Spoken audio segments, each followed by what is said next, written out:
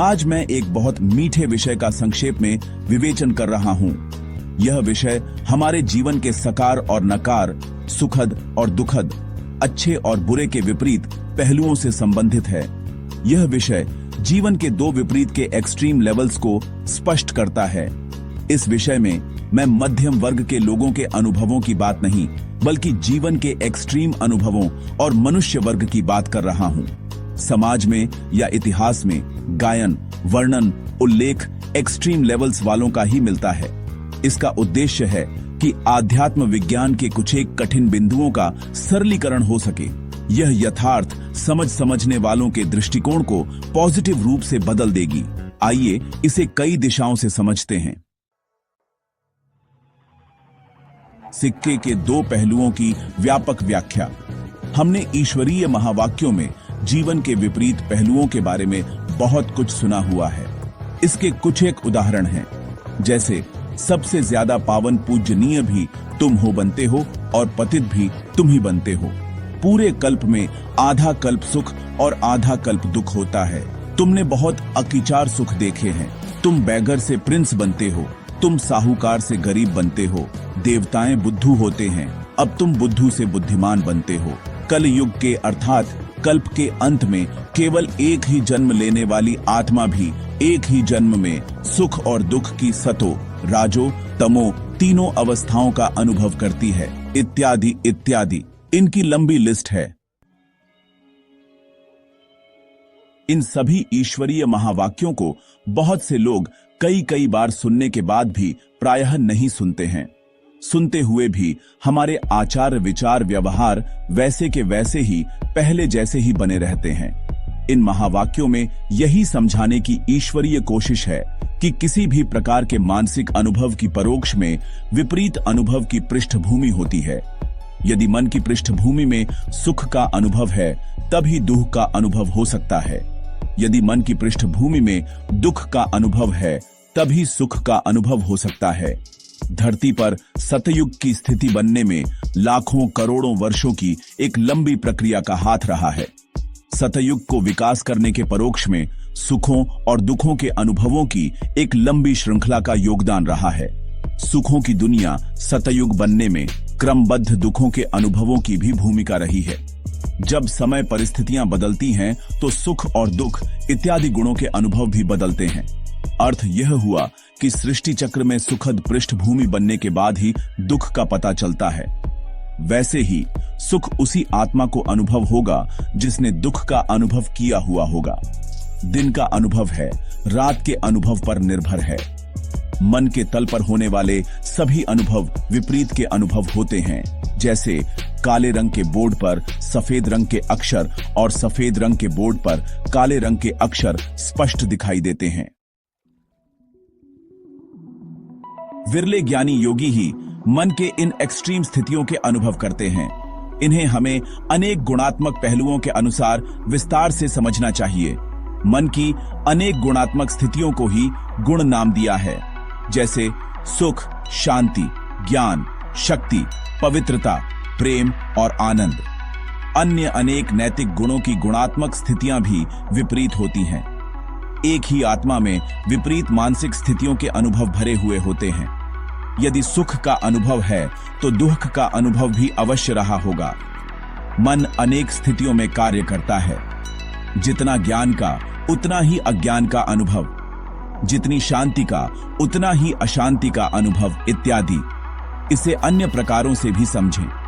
जो व्यक्ति वर्तमान में बुद्धिमान की स्थिति में है, तो यह भी बहुत संभावना है कि वह अतीत में बहुत बुद्धू रहा होगा।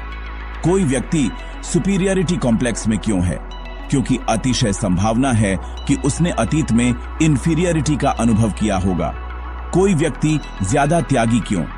ज्यादा संभावना है कि वह अपने अतीत में सुखी संपन्न भी रहा होगा। कोई ज्यादा वैरागी क्यों? ज्यादा संभावना कि वह अति सुखद अनुभवों से ऊब गया होगा। कोई व्यक्ति ज्यादा निंदा से भरा क्यों है? ज्यादा संभावना है कि उसने ज्यादा स्तुति भी की होगी। मधुरता और कड़वाहट, मुनाफा और घाटा, भय का दूसरा पहलू हिंसा, धोखे का दूसरा पहलू शंकालु, समीपता में दूरी भी है, दूरी में समीपता भी है, संपन्नता में अभाव भी है, अभाव में संपन्नता भी है, सम्मान में अपमान भी है। जो खाली है वह भरा हुआ भी है, जो भरा हुआ है वह खाली भी है। सुख और दुख, संपन्नता में विपन्नता, शांति में अशांति, ज्ञान में अज्ञान, प्रकाश में अंधेरा, रात में दिन, दिन में रात, सकार में नकार, बुद्धू में बुद्धिमान, स्थूल में सूक्ष्म, साधारण में असाधारण इत्यादि सभी गुणात्मक अनुभव एक ही सिक्के के दो पहलुओं की तरह होते हैं। इसकी लिस्ट लंबी है। सभी गुणात्मक अनुभव विपरीत के अनुभव पर आधारित हैं। मेजॉरिटी लोगों को यह सिक्के के दोनों पहलू वाली बात स्थूल बुद्धि से समझ में नहीं आती है। जैसे सपोज करो आप देख रहे हैं कि आपके सामने एक व्यक्ति हाथ में एक कटोरा लेकर आ रहा है, तो यह जरूरी नहीं कि वह आपसे कुछ मांगने ही आ रहा होगा। यह भी तो हो सकता है कि वह अपना भरा हुआ बर्तन पूरा बांट कर ही लौटा हो। पर 95% मेजॉरिटी लोग हाथ में खाली कटोरे के नेगेटिव अर्थ ही निकालेंगे। कलयुग में मेजॉरिटी लोगों की इतनी विशाल बुद्धि काम नहीं करती है। यह समय का तकाजा है। क्या बीज रूप परमात्मा, त्रिमूर्ति निराकार शिव में ब्रह्मा, विष्णु, शंकर को समझना हमारे लिए सहज है? बहुतों को तो वह भी सहज नहीं है। तो मनुष्य आत्माओं के सभी पहलुओं को समझना वाकई कठिन ही होगा। यदि समझ में आ भी जाए तब भी इसे व्यावहारिक धरातल पर मैनेज करना बहुत कठिन काम है। इसे व्यावहारिक जीवन में मैनेज करने के लिए बड़ी ईमानदारी चाहिए। मैं और मेरेपन की ममता से नष्टो मोह अनासक्त स्थिति चाहिए, जो कि सर्वाधिक बहादुरी वाला कठिन है। निष्कर्ष यह हुआ कि मनुष्य के सभी अनुभव सापेक्ष और संयुक्त हैं। सुख में दुख भी है, ज्ञान में अज्ञान भी है, शांति के पहले अशांति भी है, छोटे में बड़ा भी है, बड़े में छोटा भी है, शुक्ल पक्ष में कृष्ण पक्ष भी है। हमारा व्यक्तित्व गुणों और अवगुणों के अनुभवों को करने और कराने का एक संयुक्त जोड़ है। इसलिए जीवन की सभी स्थितियां एक ही सिक्के के दो पहलुओं की तरह संयुक्त होती हैं। प्रत्येक व्यक्ति में सभी स्थितियों के सापेक्ष और संयुक्त अनुभव भरे हुए रहते हैं। गुण, कर्म और व्यवहार के धरातल पर हम सभी मनुष्य आत्माओं के जीवन में समान प्राकृतिक नियम लागू होते हैं। बहुत गहरे में हम सब परस्पर अनेक अनुभव करने और कराने के निमित्त बनते हैं। बहुत गहरे में विपरीत भी विपरीत नहीं है, बल्कि वे संयुक्त हैं। व्यक्ति के गुणों और स्वभाव संस्कारों के सभी पहलुओं को समझने के लिए गहन ज्ञान योग तपस्या द्वारा अपनी परख शक्ति और अंतर्दृष्टि को बढ़ाना पड़ता है, जो कि मेहनत का काम है।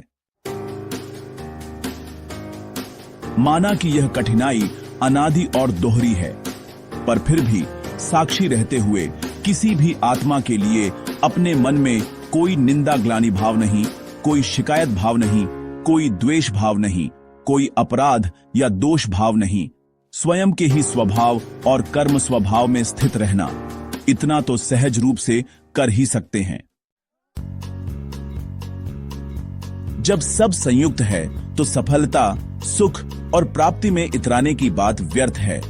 असफलता, दुख और अप्राप्ति में घबराना व्यर्थ है। यह हमारे अपने बारे में ही गजब की आध्यात्मिक प्रज्ञा है। इसे ठीक से समझो और मन बुद्धि से मुक्त वाली स्थिति में रहो। यह आध्यात्मिक समझ हमारे दृष्टिकोण को बेहद का बनाकर हमारी पॉजिटिविटी को बढ़ाती है और जीवन सरल सहज बन जाता है।